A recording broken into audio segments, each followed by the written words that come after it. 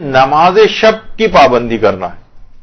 آپ کہیں گے کہ بھئی نماز شب کی پابندی، خود نماز شب کے سلسلے میں یہ ہے کہ یہ اس حد تک آپ یہ نہ سوچیں کہ بھئی نماز شب بھی ہو رہی ہے تو گناہ بھی تو مجھ سے ہو رہے ہیں. کوئی بات نہیں، گناہ ہوتے رہیں، نماز شب نہ چھوڑیں. یہاں تک کہ ایک موقع بہت ہی جلد ایسا آئے گا کہ پھر آپ سے گناہ ہوں گے ہی نہیں. نماز شب کے اندر اسپیشل الگ سے پاور ہے کہ یہ گناہوں کو روک دیتی ہے.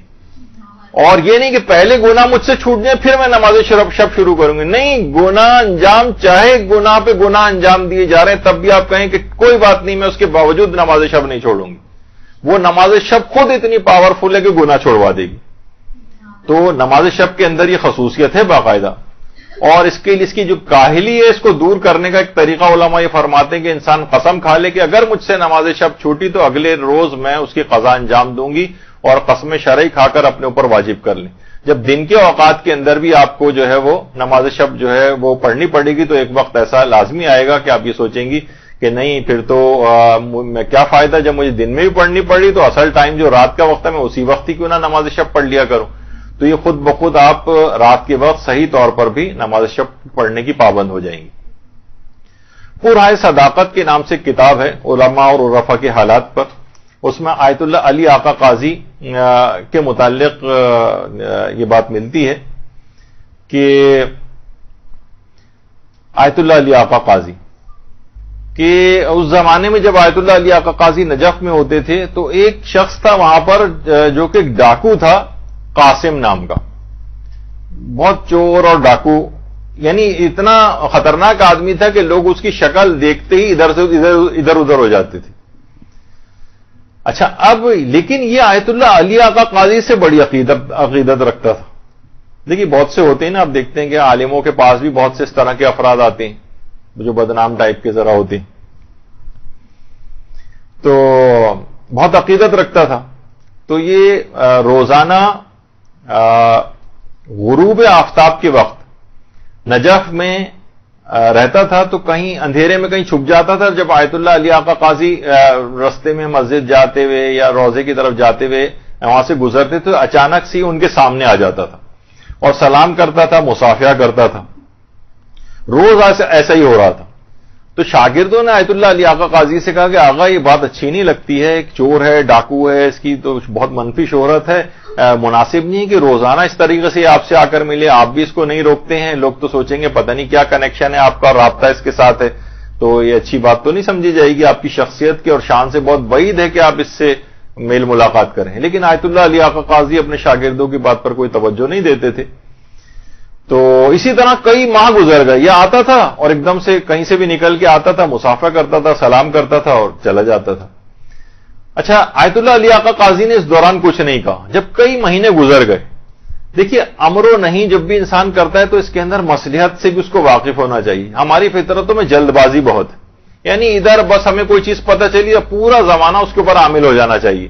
ہم آج ایک دن پہلے تبدیل ہوئے ہیں اور ہم نے نماز شب شروع کی اور سب لوگوں کے اوپر طنز کرنا شروع کر دیتے ہیں فوراً. یعنی ابھی ان کا ٹائم نہیں آیا ہے ٹھیک ہونے کا، تو تھوڑا وقت انسان امر و نہیں کے لیے بھی کچھ وقت درکار ہوتا ہے. تو کافی مہینوں کے بعد ایک دن انہوں نے پکڑ لیا آیت اللہ علی آقا قاضی نے قاسم کو اور کہا کہ دیکھو اگر میں کام کہوں تو تم انجام دو گے، اور دیکھو کام اتنا آسان ہے، کوئی مشکل کام نہیں، نہ مال خرچ ہوگا نہ کوئی خاص وقت خرچ ہوگا. کہا کہ فرمائیے آپ. کہا کہ نہیں، پہلے تم وعدہ کرو کہ اس کو انجام ضرور دو گے. علی آقا قاضی نے کہا. تو اس نے کہا کہ ٹھیک ہے.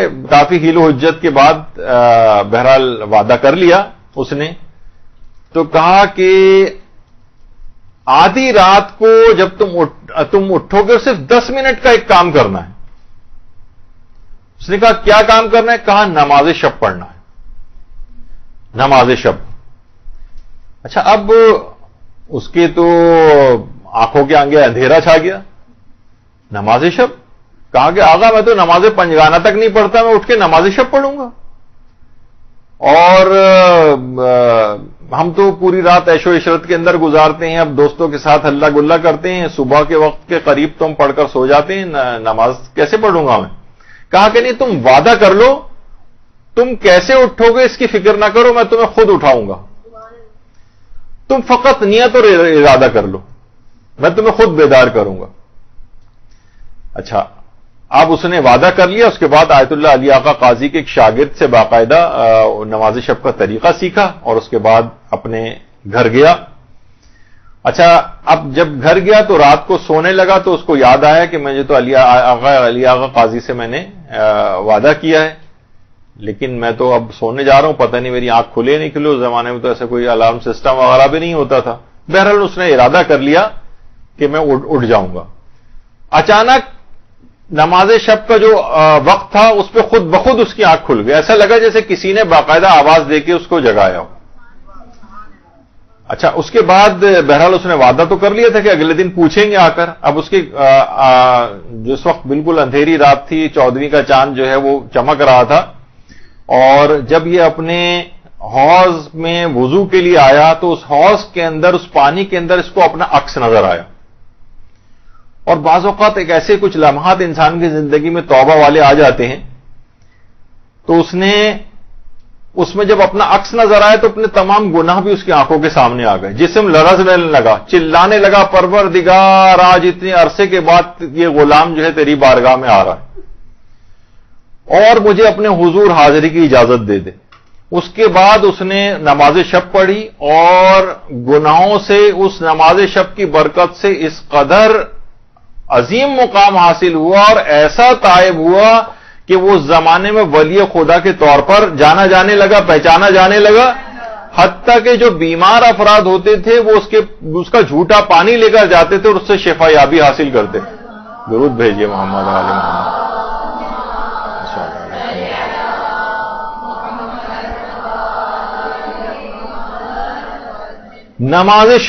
نماز شب نے اس قدر اس شخص سے، جب بھی آیت اللہ علی آقا قاضی فرماتے تھے کہ اگر کوئی شخص دنیا چاہتا ہے تو بھی نماز شب پڑھے اور آخرت چاہتا ہے تو بھی نماز شب پڑھے، دنیا اور آخرت کی ہر خیر جمع ہے۔ اور یہ اتنی پاورفل نماز ہے کہ گناہوں کے ساتھ کوئی چور، ڈاکو، ڈکیت، قاتل کوئی ہو اس سے بھی گناہ چھڑوا دیتی، چاہے جائے گا کہ جو ان گناہوں کا شکار نہ ہو۔ تو یہ رمضان خاص طور پر اس میں آپ نے آپ کو خاص طور پر ان تمام چیزوں کا اپنے لحاظ سے آپ عادی بنا لیں، اور آپ دیکھیں چاہے لوگ کہتے ہیں نا کہ بھئی ابھی تو ہم خود ہی گناہوں کے اندر گرفتار ہیں، ابھی ہم کیسے یہ سب چیزیں چھوٹیں گی، اور نماز شب کیا کرنی، نماز شب کے اندر اتنی زیادہ پاور ہے کہ خود گناہ چھوڑوا دے گی۔ بس اس کی آپ 10 منٹ کی روزانہ اس کو پابندی کر کے دیکھیں، پھر آپ نتیجہ اللہ کے اوپر چھوڑیں اور دیکھیں گے نماز شب کتنی پاورفل چیز ہے۔ اور اس لحاظ سے بھی اگر آپ دیکھیں تو اس میں کوئی مسئلہ بھی نہیں، رات کو اٹھنے والا بھی کوئی مسئلہ نہیں ہے۔ آیت اللہ سیستانی کے فتوے میں تو نماز عشاء کے پڑھنے کے فوراً بعد بھی آپ نماز جو ہے شب پڑھ سکتی ہیں۔ اچھا، نماز شب کو اگر رات ہی کو اٹھ کر پڑھنا چاہے جو اس کا اول وقت ہے فجر سے ذرا پہلے اٹھ کر پڑھنے کا، اگر کوئی جو افضل وقت میں بھی پڑھنا چاہے تو اس کا بھی ایک نسخہ آیت اللہ بہجت نے بتایا۔ آیت اللہ بہجت فرماتے تھے کہ اگر دن کی نمازوں کو آپ اول اوقات میں انجام دیں تو نماز فجر کے لیے اور نماز شب کے لیے بیدار ہونا مجھ پر چھوڑ دیں۔ بس آپ کو رات میں اٹھنا مشکل ہو رہا ہے نا، تو دن کی نمازوں کو اول وقت میں اوقات میں انجام دے دو، خود بخود، یعنی مجھ پر چھوڑ دو۔ ایک لحاظ سے مجھ پر چھوڑ دو سے مرادی کہ پروردگار عالم خود بخود ایسے وسائل آپ کو مہیا کرے گا کہ آپ خود بخود نافلہ شب کے وقت اٹھ جائیں گی یا نماز فجر کے وقت۔ یعنی یہ چیز کوئی کہے کہ نماز فجر پہ مجھ سے نہیں اٹھا جاتا، نماز شب کے لیے نہیں اٹھا جاتا، 10 منٹ پہلے کہیں اس سے پہلے نماز شب کا فضیلت کا ٹائم ہوتا ہے تو اس سے پہلے، تو دن کے اوقات میں آپ اول اوقات میں دن کی نمازوں کو انجام دیں۔